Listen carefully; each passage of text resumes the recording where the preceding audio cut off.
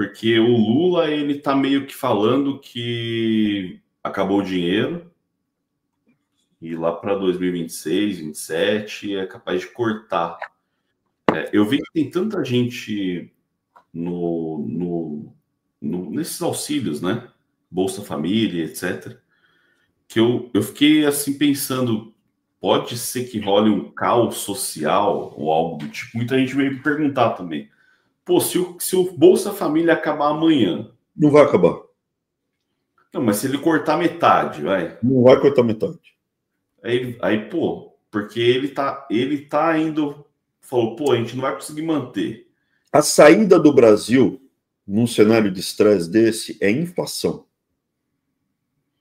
10% de... A inflação está rodando hoje uns 6, 7. Se a inflação passar a rodar em 15, dá um impacto fiscal gigantesco. Gigantesco. O caminho no Brasil, o Brasil sabe lidar com a inflação. Quando dá, se você 10%... Veja, o Paulo Guedes pegou e fez isso. Ele deu uma inflacionada. Pôs a inflação para rodar a 14%. Na margem foi 14 que ele deu. Se você colocar a inflação para rodar 14, 15, a parte fiscal fica toda resolvida por um ano, 2 anos, resolve. E esse pessoal pensa só no curto prazo, pegar o máximo que der, sair correndo. O problema volta depois. Então, seria uma utilização cada vez mais constante de inflação. Como foi com o Paulo Guedes ali. Isso aconteceu muito durante o regime militar, Delfim Neto. Muito. Tá bom? Beleza, acho que deve ser até isso nessa linha que não irão cortar. O Brasil, quem imprime a sua própria moeda, não faz o que Portugal, Grécia fizeram. Portugal chegou, o pessoal falou: você ganha 600, você ganha 800 euros de aposentadoria, acabou. Você vai ganhar 600. Você ganha 1.000 euros, você vai ganhar 750. Na Grécia, a mesma coisa. Você ganha 500 euros, você vai ganhar 250. É mais intenso na Grécia. Quem imprime a própria moeda, a saída é sempre imprimir, pagar e ter inflação. Até por isso o Leandro perguntou aqui qual seria o plano para desinchar a máquina pública. Provavelmente ele perguntou porque muitos canais... O nosso a gente já apresentou. O do Lula ou do Bolsonaro não tem. Não existe plano para diminuir a máquina pública no Brasil. O MBL não tem. O Tarcísio não tem. Veja o que está sendo feito. A venda da Sabesp não é desinchar a máquina pública. A venda da Sabesp eu considero uma coisa que foi uma violência contra a população. Ele vendeu a Sabesp abaixo, é uma empresa listada na Bolsa. Quanto está sendo listada na Bolsa?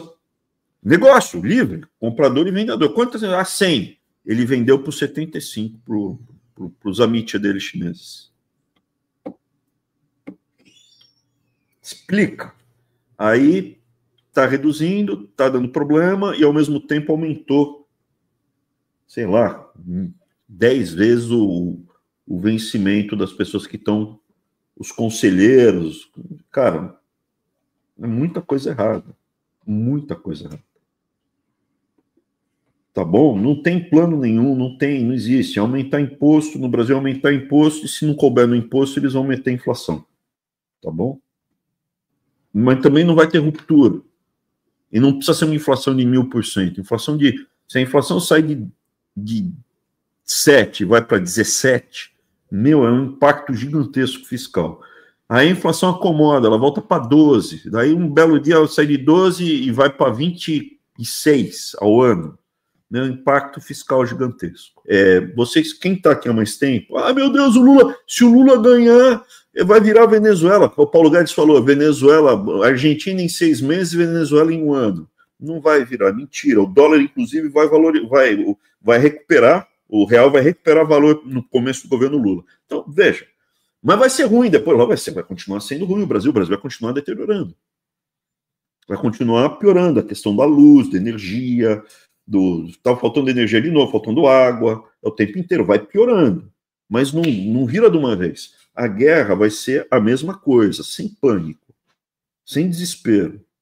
Estamos aqui no Farol, estamos pensando em estratégias, estamos vendo outros países. Você que é faroleiro, o canal de diálogo está aqui. Cada um tem uma estratégia que se adequa a você e a sua família. E nós vamos apresentando e vamos conversando e conduzindo o nosso grupo aqui durante esse período que tá chegando. 2030 é a data. Então já tem gente falando, olha, a Rússia vai querer retomar os países do Mar Báltico, Estônia, Letônia e Lituânia, e talvez até um pedaço da Polônia. Então tá em cima da mesa, a guerra está em cima da mesa, o prazo, já falei, 2030.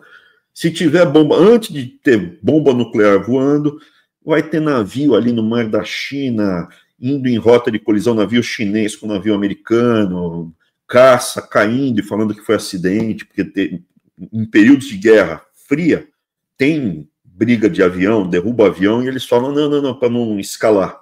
Então vai ter um monte de coisa, a gente vai comentando, e caso haja bomba nuclear, é mentira que acaba a vida no planeta Terra, é mentira, tá? Mais uma das mentiras, aqueles catastrofistas que falam muito, a vida vai piorar muito, vai ter um monte de problema, mas não sobra só baratas no mundo, tá? Estamos aqui. Domingo a gente fala mais. Essa pergunta aqui é boa, Abraão. Liberdade mental. O Brasil está preparado para receber muitos imigrantes na hora da guerra? Porque muitos virão. Você falou aí 2030, Abraão? Um passo por vez. Um passo por vez, tá? Deixa eu ir construindo essa análise gradualmente, cara. É muito difícil traçar cenário para situações de ruptura. Uma guerra dessa seria uma situação de ruptura. Não sei te dizer como seria a guerra, não sei te dizer. Tá? Vamos elaborar o próximo passo. Eu já pensei em fazer um programa sobre cenários de sobrevivência, o que acontece com o mundo. O Brasil ele produz muito alimento, mas o Brasil não produz o próprio fertilizante, cara, os próprios insumos agrícolas. O Brasil exporta os alimentos e importa insumo agrícola. É uma tragédia, cara. Do ponto de vista estratégico defensivo. Enfim, a gente conversa no Lanterna. Eu acho que é um assunto mais para o Lanterna. Você que não é membro, pega a assinatura e assiste o Lanterna do Abe e faz a pergunta aí. O que acontece em cenário de guerra nuclear? Putz. Né? Para onde vão os refugiados?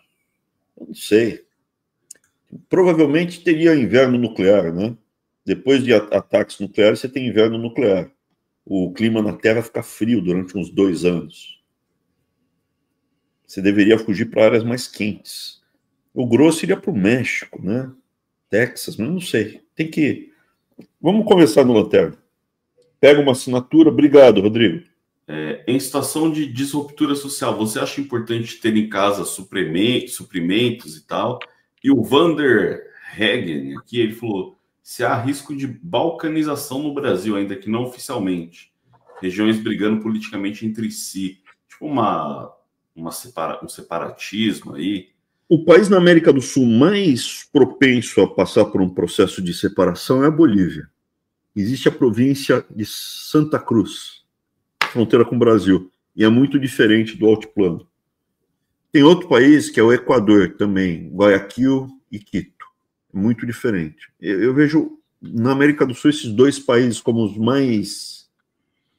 As fronteiras da América do Sul estão estáveis há muito tempo. É um continente muito estável há muito tempo. Graças ao Brasil. O Brasil é metade da América do Sul. Se o Brasil caminha para a direção correta, a América do Sul inteira vai. É que o Brasil foi para o caminho errado, então ela acabou descolando um pouco. O Peru hoje tem vários aspectos melhores que o Brasil. Balcanização, eu não vejo o risco de balcanizar. O que eu vejo, o Brasil, é você criar áreas cada vez maiores, onde o crime organizado manda completamente. Manda completamente, como é mandar completamente? Você tem uma empresa, o cara chega lá e fala, agora você vai lavar dinheiro para mim, você vai fazer isso, vai fazer aquilo, a sua filha vai namorar com... Veja, eu escuto relatos que nos bairros chiques, condomínios chiques, já tem chefes do crime organizado, morando abertamente. Chefes. Os donos do crime organizado, os donos, a gente já sabe onde eles moram, tem endereço, tudo ali, pertinho ali do Shopping Guatemi. E a outra pergunta era em relação à disruptura social, tipo... Estocar alimento. Você não tem que ter um no... estoque grande de alimento. Veja, toda vez que tem uma ruptura gigantesca, eu falo em caso de guerra, você não pode ficar parado num lugar. Se você estiver num país que foi invadido e está no caos, e está uma situação muito grave, você tem que ir para você tem que ter mobilidade para ir para um lugar seguro. Se você estiver numa área que está segura, ela vai ter uma linha de suprimento. Então você não precisa ter um estoque. Isso dos preppers. Eu vou ter um estoque para viver 6 meses, 1 ano debaixo da terra. Eu acho bobagem. Você tem que ter um estoque para você conseguir sair de um lugar que está em convulsão e caminhar com a sua família, com as pessoas mais vulneráveis, para um lugar seguro, estável e que você consiga ter uma linha de suprimento. Se você estiver num lugar convulsionado, com recursos, vão tirar de você. Então, histórias, por exemplo, na Segunda Guerra Mundial, o cara era o cara mais rico da cidade. Aí ele ficou, ele, a esposa e a filha, tomando conta das coisas, durante o período que estava o exército nacional socialista da Alemanha invadindo, o exército polonês já estava em retirada, apareceu um bando de bandoleiros, depois os soldados do Adolf, e o pessoal mais humilde, mais pobre, fugiu para o mato, né? Ficou ali nos bosques, está olhando de longe. O cara que era rico ficou para tomar conta da casa, ele tinha os bens, eu tenho aqui estocado, tal. Entraram na casa dele, violaram a filha dele na frente dele, um pelotão inteiro, e no final deram um tiro na cabeça dela, ele enlouqueceu, roubaram tudo. Então é isso, você não tem que... Você tem que ter... O que você tem numa situação quando convulsiona é o que você consegue carregar. Tem hidrosteril, porque você precisa ter água para beber, a principal coisa é ter água para beber. Se você puder ter uma arma, curta, pequena, comida, alguma coisa que dê para trocar, as moedinhas, mas não vai acontecer isso no Brasil, não vai ser tão caótico. Vamos esperar, cara, essas perguntas são muito... Cara, um passo por vez, isso aqui é uma conversa, meu, só isso vale um lanterna do Abe, meu, gigantesco, cara.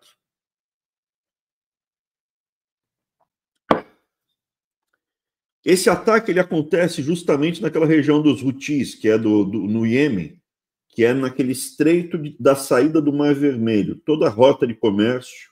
Então, é exatamente naquele ponto que eu havia mencionado para vocês, que é uma área quente. Morreu 74 caras lá no ataque. Por enquanto, né? Por enquanto já falaram. Tem Djibouti e o Iêmen aqui, a parte norte do Iêmen. Beleza?